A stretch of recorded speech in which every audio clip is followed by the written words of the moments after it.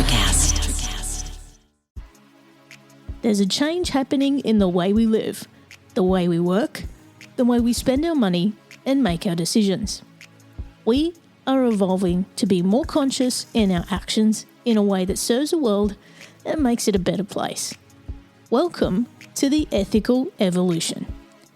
The Ethical Evolution podcast is brought to you by Ethical Change Agency. I'm Bindi, I'm the founder, and my mission is to help ethical entrepreneurs and holistic healers to find their voice through spiritual coaching and podcasting. I'm honoured to bring you the stories of those who create change through healing, kindness, innovation, purpose, and spirit. Understanding that to create collective change, we need to be the change. It all begins with us. Tyler Copenhaver-Heath, a biochemist and MBA graduate, stands as a beacon of resilience and transformative success. From humble beginnings on welfare with a father in prison, Tyler transformed his challenges into entrepreneurial triumphs. He founded Apex Customs, evolving it from a garage startup to a multi-million-dollar enterprise, selling it and several other businesses in under a decade. Beyond his business milestones, Tyler's heart beats for the underdog. Having selflessly assisted over 100 new or struggling entrepreneurs without charge, he's a living testament to the power of giving back. At the core of Tyler's life mission is a belief: underdogs, when brought to success, harness the power to change the world. I hope you find this conversation with Tyler as inspirational and uplifting as I did. Welcome, Tyler, to the Ethical Evolution. Thank you so much. Glad to be here. Now, you're joining us all the way from Phoenix, Arizona. For those people who haven't heard of you and don't know what you do, can you go ahead and tell us who you are and what you do? Oh, man. So I've actually started to define it this way, and I don't know whether this is lame or not, but I would say basically I fight bullies and I support underdogs. And I do that through a couple different ways, including small business and our companies. And how exactly do you do that, Tyler? Yes, glad you asked. So a lot of different ways, really. So we have 6 companies now, and one of which is I'm in the studio right now.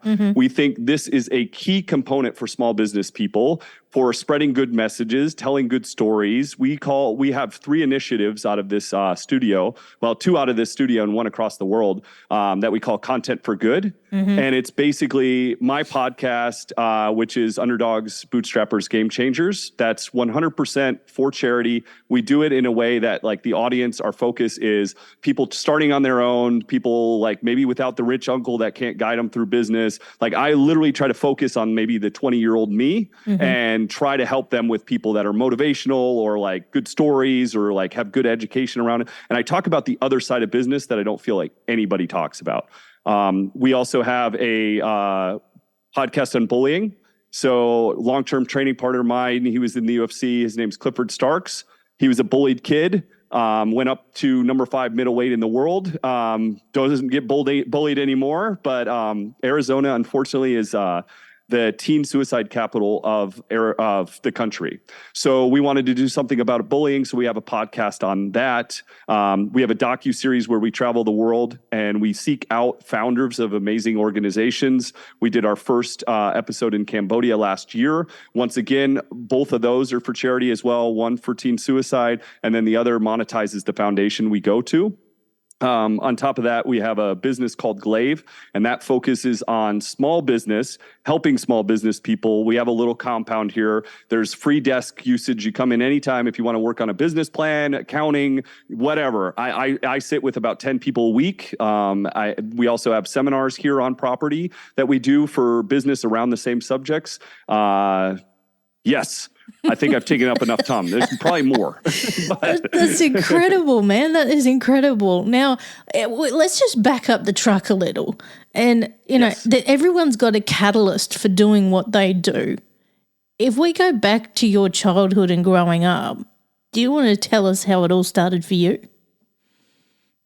Yeah. I like a little bit of a rough upbringing. Father was in prison. Never talked about that until the last 2 years. The mom was an alcoholic, drug addict. Mom's boyfriend, one of the worst humans I've ever met. I guess I can still say that out loud. So a little bit tough, given a tough time by teachers, maybe some of it deserved, definitely a lot of it not deserved. Grew up thinking I would never amount to anything. First full-time job at 13. So I was really focused on work and not school. Transition came somewhere. I would love to pinpoint so I can help somebody with that. But, I thought I was stupid, honestly. I was told I was stupid. I never felt like I was that intelligent or anything. And then something got in me. I still can't describe what. I decided to go to college. And that was crazy.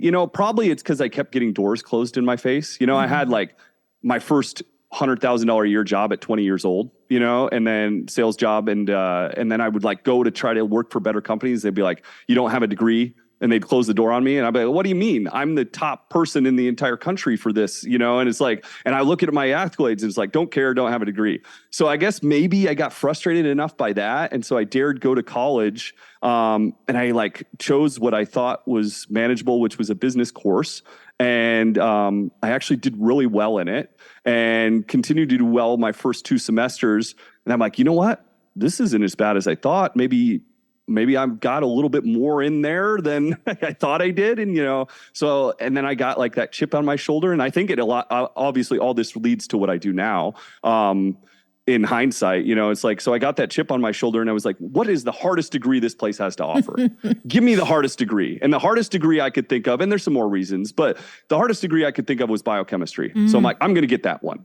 Little did I know I would absolutely love it. But I did research in a spider lab for a year, studying amino acid, spider silk, amazing, and then went on from there, ended up a little side hustle I had, ripping apart cars, turned into getting in trouble with the city. That turned into living in a trailer in a desert lot with a shack of a place to work. And that grew into my first company, which I sold a couple years ago now. It had clients like the Rolling Stones and the WWE and who else? Colony, BMW, Disney, we had all these huge clients from this little lean-to shack that we grew into a business. And then, sold that company, started a couple others during that company cycle. I think you do that when you start opening business and you're like, oh, it's not as bad as I thought. It's now, once again, you're braver and you're okay, I'm going to open a mattress store. We had a supplement company. I'm sure I always forget a couple lighting business, so sold those. And then now currently doing what we're doing. So again, incredible. And, when we look at underdogs, generally there's a pattern that they're following from generations before them, and often they repeat that. What was it in you that made you break that cycle? It's such a great question. It's not like my parents are actually beautiful human beings in a lot of ways. It's just they probably should have never had kids. That's the way I describe it all the time, and and then addiction obviously is a horrible thing. Right. And so I think I got a little bit of my heart, especially I love animals. My mom's a huge animal person. I got that heart from them. My mom was a high school dropout though, and so obviously and my brother's a PhD, by the way. My brother's a PhD. Other one is bachelor's, works for oil companies and computer science all over the world. So it wasn't just me, it was my brothers that did it too.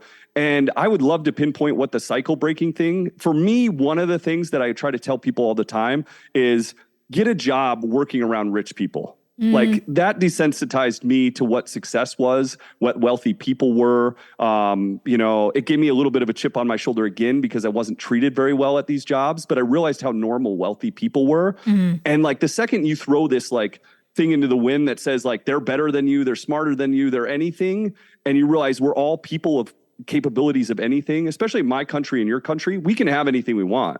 We just got to be willing to suffer a little bit more. It's my thing when I first got into my first business is my main competitor was backed by a billionaire. It's what am I going to do? It's well, I know they're going to be out on Friday night and I know I'm not.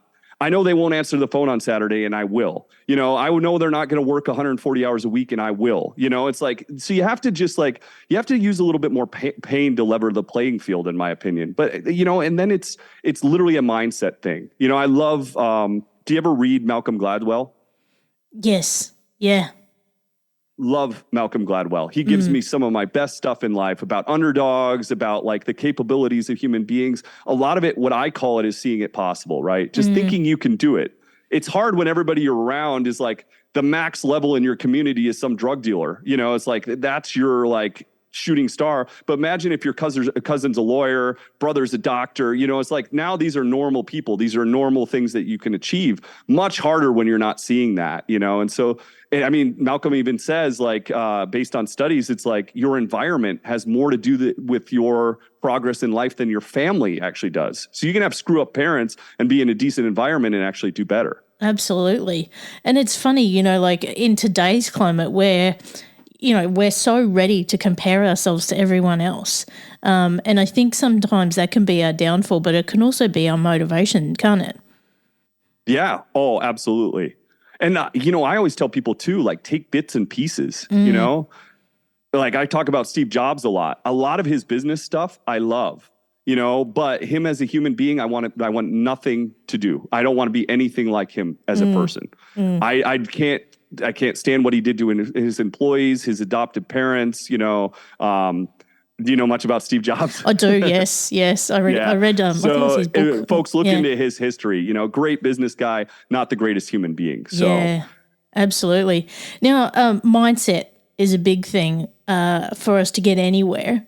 Now, you've taken mindset and you've married it with biochemistry and the entrepreneurship work that you do. Yeah. What was the magic sauce that brought those two together? I think it's basically breaking down complexity, right? Biochemistry is pretty complicated, but I actually think you can be good in anything you're passionate towards, right? The second I got interested in it, it was way easier, for one. A lot of people hate organic chemistry. I loved it, like I thought it was amazing. We get handed a mystery pill and now we got to figure out what it is through chemical process. That's amazing to me. But breaking down complex subjects so that I could understand them for my biochem degree has been invaluable for me, because once I can break them down so I can understand them, because I bring them down to a very simple level, I can explain them to anybody. And so I do the same thing with business these days. And I think that's been the key to marrying those two things. Doing hard things for one is obviously a good thing, but also like breaking down complexity to understandable levels now allows me to work with 15 business people a week and explain anything. Believe it or not, I can make accounting fun. I literally can. And like, I don't know many people that can do that. And I think it's as a result of starting with this high complexity around biochemistry and now going into business stuff. And, I had a check out of your website before we started our conversation, Tyler, and I've worked in communications for over 20 years, and I have to say you are a content king. Like, where did you pick up those skills? Oh, that I appreciate so much. You're almost going to make me cry because it's like one of the things in life that I've struggled with. It's like I've never thought I was a very good writer. And like my website, even when you brought it up, I like probably got a little bit chills or something. Like, oh no, she saw it. It's like. So it's been something I've been working on. I actually wrote a book 2 years ago, but I've been afraid to release it.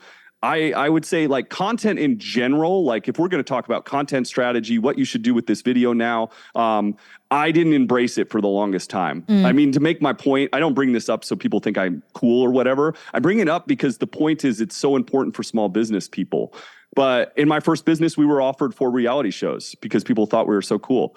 I had no desire to do that, right? I didn't get on social media. If you walked in the place, I said I worked there. If you met me on the street, I was a mechanic. I didn't own a company. It's like, so I finally had a change, and that's like a whole story in itself, but then I started looking into this as a tool and the tool that it can become and the tool that it can be. I spent years going to charities. I spent 5 years at the children's home, never told anybody. At one point, a girlfriend thought I was cheating on her. Spent a lot of time in the animal clinic, helping over there. Would never tell anybody these things, and it's like, I thought that was being humble, but I was wrong. You know, it's like, it is being humble. Probably if you do something for somebody on the street today, you probably don't need to tell everybody about that. But when you're involved with a cause of passion that you believe in, you need to talk about it, right? And so I think that's where this is a tremendous tool. It equals the playing field for small business. I mean, we do a lot. I get a lot of feedback about our bullying podcast, about how it's helpful. And this is just me and Cliff interviewing people that have been bullied and now successful, right? And how they did it, right? And like the whole like crux of my life these days really is taking kids, maybe even similar to myself or people with other hard backgrounds, and let's get them through that. Because overcoming adversity is the key indicator to success. Another Malcolm Gladwell thing, right? It's like, you can tell I love the guy. But like, so we need to get people through that adversity in whatever level that is, because these people change the world, right? So, and that's what I look at, like a lot of what we do these days. Like, let's hope you'll overcome that adversity, because you're changing the world. I mean, selfishly, it gets to be my change too, right? And one of the best ways to change things is business. Elon can change anything in the world he wants to right now, right? Business success. Bill Gates can change anything in the world he wants to right now.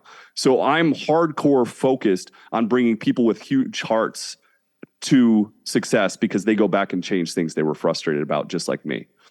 I love that. I absolutely love that. And you know, that's, again, the whole mission behind this show is actually share the stories of change makers and also then amplify those and bring them together and make the world a smaller place so that we're all on the same page, because we are all one. You know, like I often used to say during the middle of the pandemic, what I do today impacts your tomorrow.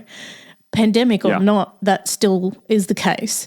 So we're all in this world together. And if we're actually here to lift each other up instead of pull each other down, look at the incredible change we can make in this universe.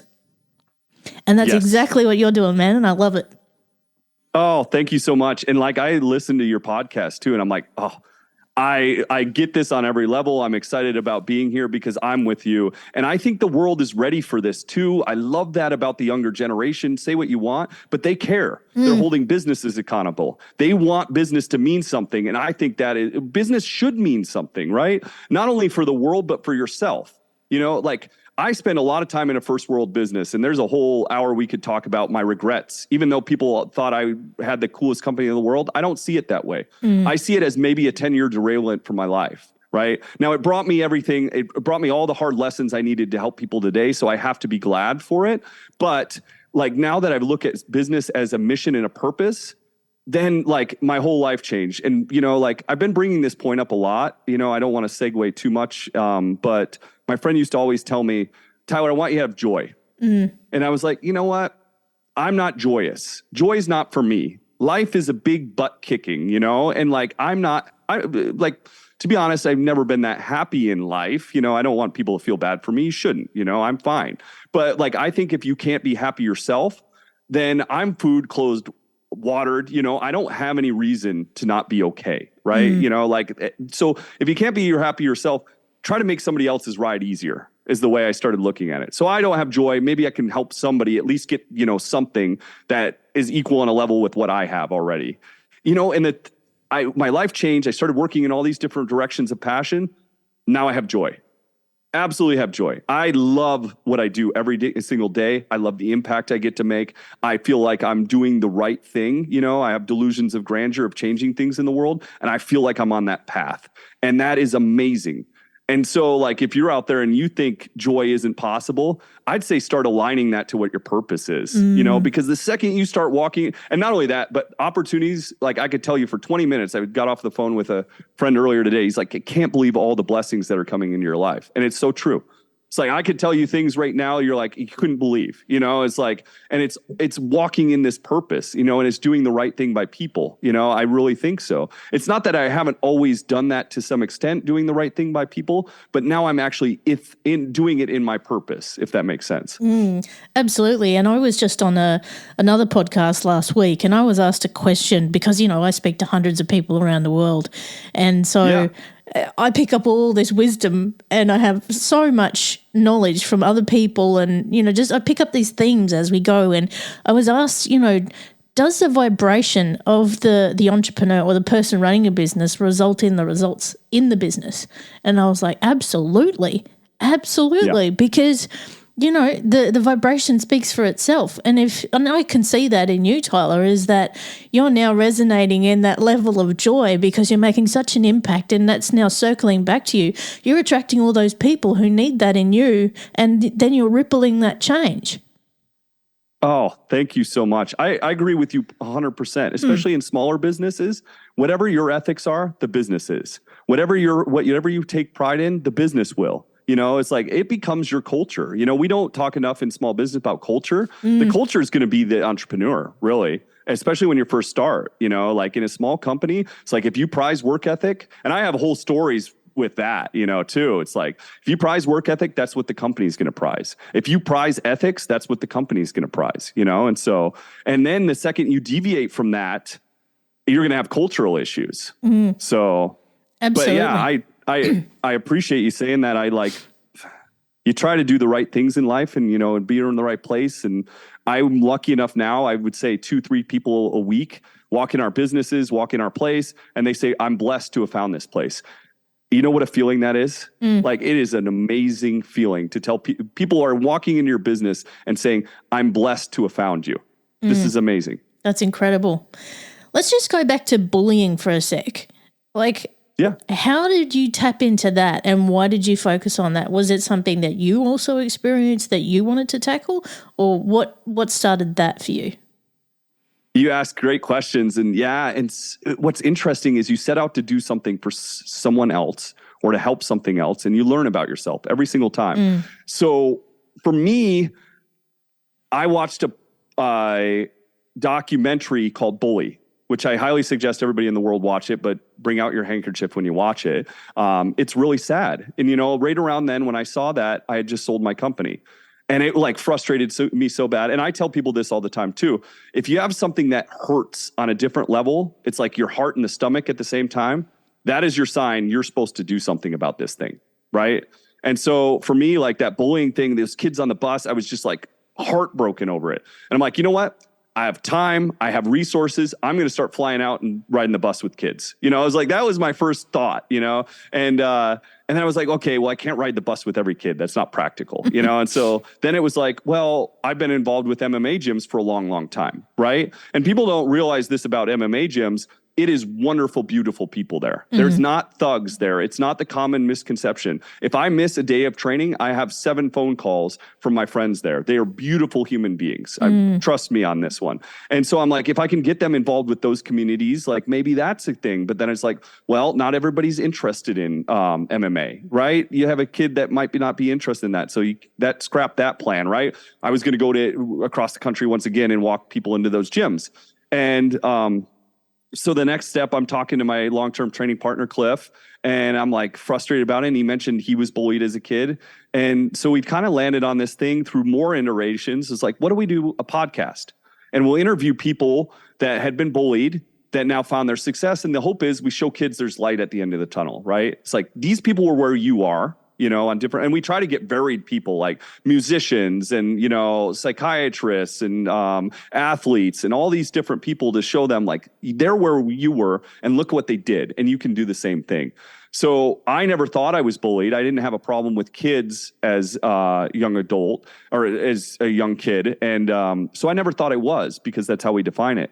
But I realized through the podcast that I was bullied, but I was bullied by adults. Teachers, right? Or, like I was a poor kid. So if anything went missing, I was the one that stole it. It's like, so like I got bullied a lot in that sense, the stupid stuff, that you'll never amount to anything. And so I never defined it that way before, but now I do. And like I've had so much understanding, insight from doing the podcast. You go to do something for somebody else and it's like you learn more about yourself. And it's something that I resonate with. I was bullied terribly when I was a kid and into teenage years, and not just by kids, but teachers and adults as well. And like to the point where I'd get beaten up, all kinds of shit, And so horrible. Yeah. And I've had people on this show talking about bullying. And I remember, it would have been more than a year ago. My good friend, Rashona Price, she was on and she was talking about bullying. And she said a bully is a gift. And when you look at it just changes your whole mindset around bullying. Instead of being a victim, It's actually a gift that you can actually learn from. And guys, go back and look at the archives. It's all in there, but it actually can help kids get through, or anybody who's being bullied, to actually change their whole mindset and not be a victim, but to actually take it and use it as the fuel to get through it. Oh, and if they can do that, it's the key, right? Like I would guess somewhere in there is the reason you started this podcast is because you went through that, right? You know, like, would you say that had some effect on the reason you do your work that you do today? Yeah, because one of the things that, again, I just recently said is that, when we're bullied, we're not heard, we're not seen. We want to be pushed away. And that's exactly what podcasting does. It allows us to be heard and to be seen nowadays. And that's exactly the reason why I do this. That's amazing. And so, I don't wish any of these things on people, like I don't at all. I don't want them to go through this. I don't want them to go through the pain of this. But I mean, you have to go through it anyways, right? So why not use it? Like you're saying, treat it as a gift, right? Because otherwise we can let it destroy us, right? Or we could use it as a gift and get some good stuff done for the world. It's like, I'll tell you now, I was never a bully, but I could have probably been a better advocate, when I was younger. And my favorite person in the world now is the one that won't stand by and watch anything happen, right? I'm not that person, I will say something if something not right going on. You can count on it, So, and I've trained my mind to be well aware of who I am, and I won't fall into herd mentality. You can have, I don't know if you mind me tell this story, but I was once in a group of people, about 400 people. And they're all screaming at this kid. He's on the balcony and he's acting like he's going to jump in the pool, right? But the pool is not he's too far up. He's got the wrong angle. This kid's dead or paralyzed. He jumps in the pool. 300 people in this crowd. Jump. And I'm in this crowd and I go, stop. You're going to hurt yourself. It's like I'm screaming at the top of my lungs. He looks at me, he turns around, he goes back in the building. Whole crowd looked like they were going to jump me, but, it's not because I'm a superhuman. It's because I've trained my mind to know where I find right and wrong. And just because the group's doing it does not mean it's right. There's another, I just watched a documentary on Nazis, right? I don't know if you know, but they were given the choice to kill people or not. You could walk off. They sat there, you guys don't have to kill anybody. And they had one person leave and then 10 followed. That was it. 10 out of however many were sitting there. Right. And I'm sure more wanted to leave. So I guess if you get a point across, it's make sure you know where you stand in life. And that doesn't always mean, it's not everybody's capable of fighting the bully, but a lot of times it's being the voice of reason, right?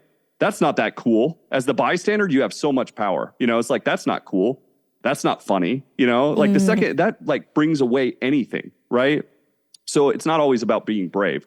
It's just about offering people that out, I guess, in a way.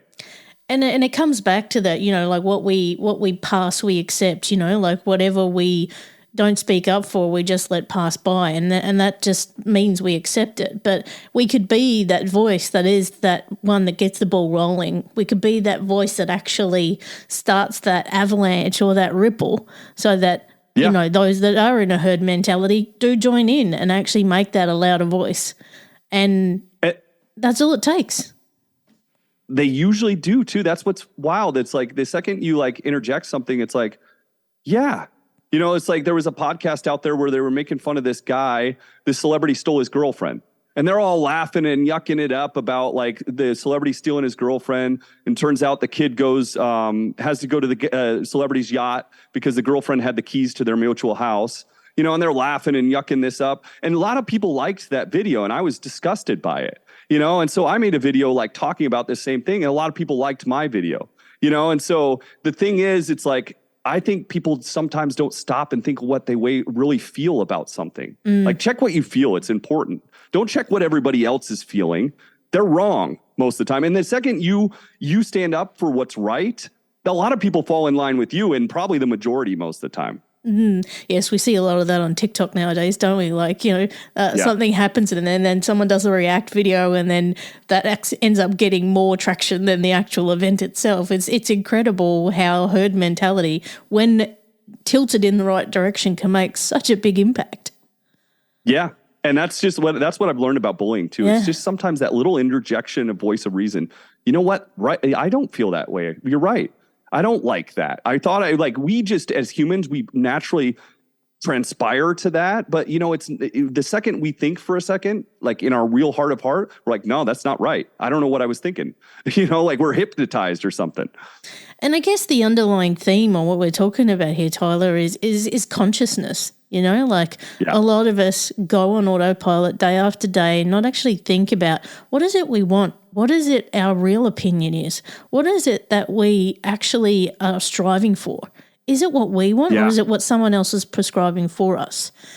I mean, as an entrepreneur, you would probably see that a lot as people like, oh, no, I've got to have this thing because someone said I've got to have it. But that actually isn't what's going on, right? No, and I've had this recent thought. It's like, what is your definition of success? Mm-hmm. And the second you describe your definition of success the same as everybody else, you've already strayed off the path. Yeah. We're all so different. Your definition of success cannot possibly be what everybody else's is. And I promise you, if you use their definition, you won't be fulfilled, And so the world's perception is happiness is lots of money, beautiful significant other, sports cars, fame. Look at those folks. I look at those folks all the time. A lot of them drink themselves to death. That's supposed to be happiness. Look at them, right? They're not happy, so I don't know. I think we just have to realize what makes us happy. It's like we need money as a tool. That's why business is the best way on the planet to change anything, because it takes resources to change things. But I'm more motivated towards changing something of passion than I am having a Ferrari, Absolutely. And I think once you get the Ferrari, I know a lot of people with them, they're not that happy. No. They get talked to by a lot of young 15-year-old kids, about it. But and that's nothing but a symbol, is it? Now, as an entrepreneur, when you look at success, and you also are very focused on fitness as well and actually taking care of yourself as an entrepreneur to perform at your best, with that in your tool belt, what considerations do you give for spirituality in what you do? Oh, it's the full focus of my life, really. The underlying reason I do anything, right? So I believe that I have missions in this world and I should do my best to accomplish them. And it doesn't matter what you deem to be your maker in this world. We can call it religion. We can call it spirituality. I think we're more the same on that level than anything else. I don't need definitions, but when I'm done at the end of this world and lay my pillow on life, I personally believe I have a maker. If you don't, that's fine, but I want my maker to smile at me and say, you did good, and that's my overlying goal in life, is my maker to smile at me when I'm done at this world and say you did good. I love it. And this is it, there's so many people who are in, I'm using air quotes, a success here. They got the money, they got the fame, they got the cars, they got the whole thing. But they're empty inside and they're not connected to themselves. They're just so disconnected from everyone and everything. And I think that's where, when it all starts to fall apart, that the spirituality steps in and they go, you know what, you're going to need this too. Yeah. I mean, to be honest, if life is just a Monopoly game of collecting a bunch of stuff, I don't want any part of it. Like if that's our whole goal in life, it's like, and there's a lot of, I do believe too, not to go too far down the wrong path, I do believe there's evil in this world, right? And I believe it's up to good people to stand up to evil, right? We're all people. And I'm blessed to live in a country where you can go from welfare to success, right? Not everybody's so lucky. And we have this big pool of resources as a world, and we get a lot more over here. And if you're a celebrity with a huge business, you have a bigger pool of those resources, right? And it's because the world made you that. They watched your television program. They went to your sports show. It's like the world gave you this. It's like I loved Arnold's new documentary. He says at one point, he goes, you can call me a Nazi, you can call me sauerkraut, and he says all these phrases, and he's like, but don't you dare call me self-made. And like, I'm as close as you get to self-made, but I'm not self-made. People supported my businesses, like they bought into my companies. They bought into me. It's like, even though I started in a dirt lot in a trailer with no water and electricity, and I built my business off a couple grand, I'm still not self-made. And I remember that all the time. It's like people have given me resources in this world because they've used my businesses, right? And in turn, I try to use those resources for as many good things as possible. And this is it. We can't do it alone, can we? Like, if we want to get somewhere, we don't go alone. I think it was Obama that quite often used that one. If we want to go somewhere, we go together. So, yeah. Now, I have been thinking all along as we've been chatting, Tyler, you've started all these businesses, you've done so many different things. What would you say has been the biggest lesson you've learned throughout all of it that's helped you to get to what you define as success? Geez, the problem is, yeah. And I'm still striving towards it, right? I'm desensitized to what that is. I don't even feel like I'm close to there yet, And, I had so long where people didn't believe in me, and now it's weird because people do. It's like I do a little speaking these days. I like to go speak to the youth as much as possible. Just came back from a high school in Kansas.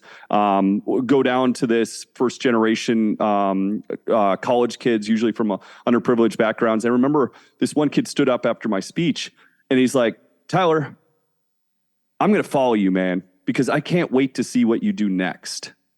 And it gives me goosebumps every time. And it's like, the second I want to lay down and settle down and stop doing as much, I think about that kid, right? And that's more motivated than proving my teachers wrong, like I used to use, and so like my definition of success, since I am an entrepreneur as well, is impact, right? Impact and being a kind-hearted human being. And a lot of times I tell people these days too, is like, if you've got a kind heart, give it everything you need to go with that. Give it the resources through business or your job or whatever else. Get out there and lift weights. Get out there and train MMA. Bring that heart of yours, the badass shell, because the world needs more big-hearted badasses.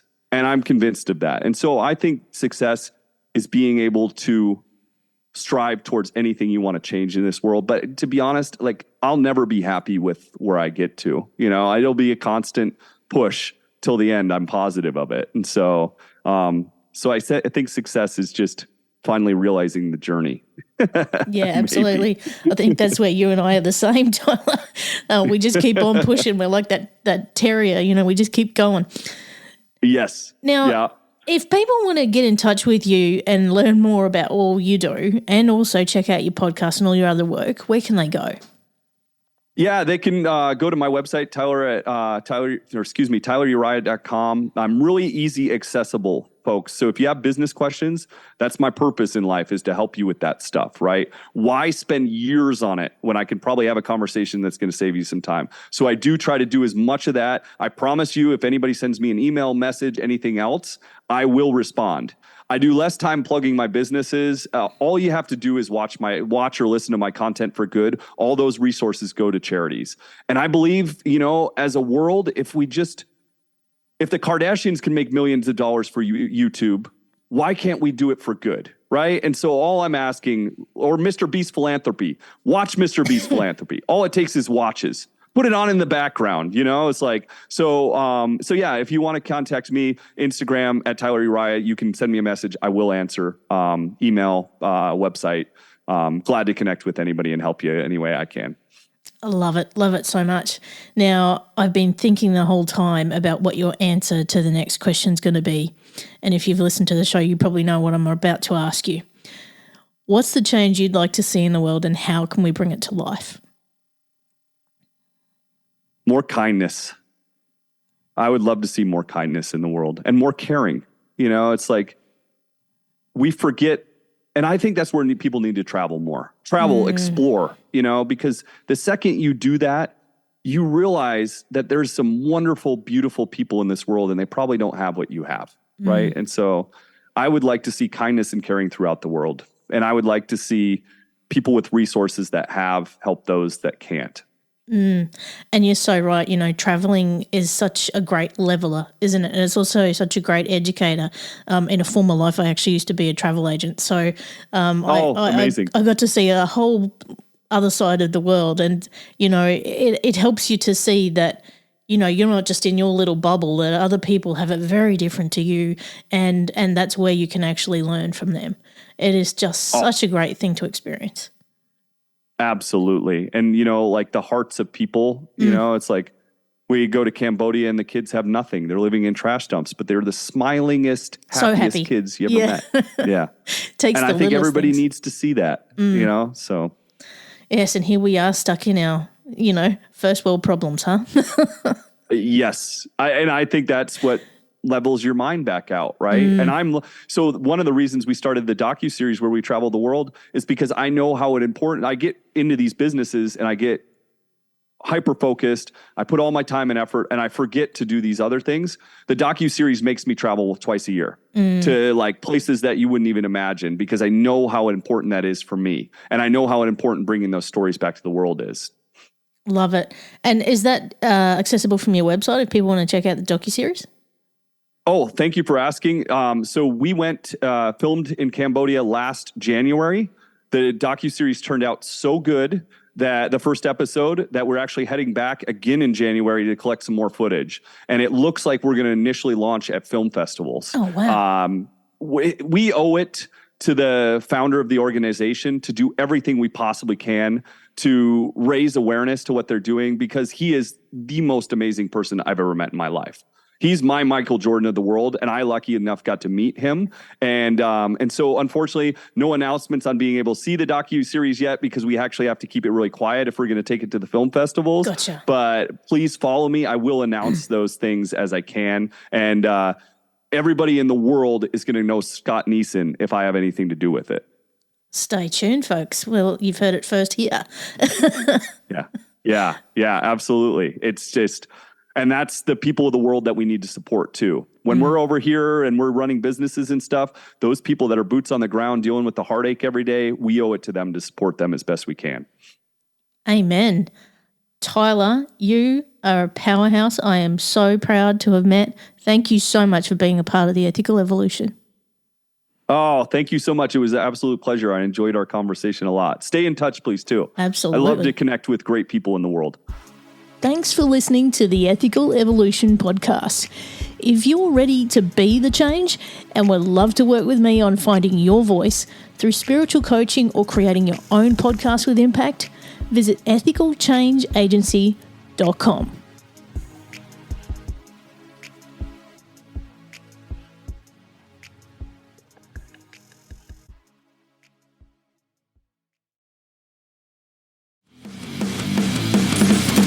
Introducing the Deep Leadership Podcast. Leadership is a people business. That's the philosophy of your podcast host, John Rennie. As a former submarine officer who spent 22 years leading businesses in corporate America before starting his own manufacturing business, he knows that leadership matters. Deep Leadership is real-world, actionable leadership advice from John and his expert guests. Become a leader worth following. Subscribe today. Electricast.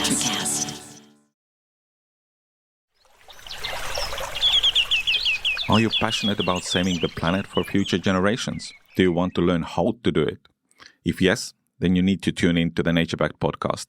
It's a talk show covering the changing world around us, from renewable energy, sustainable agriculture, circular economy, to ESG and social innovation.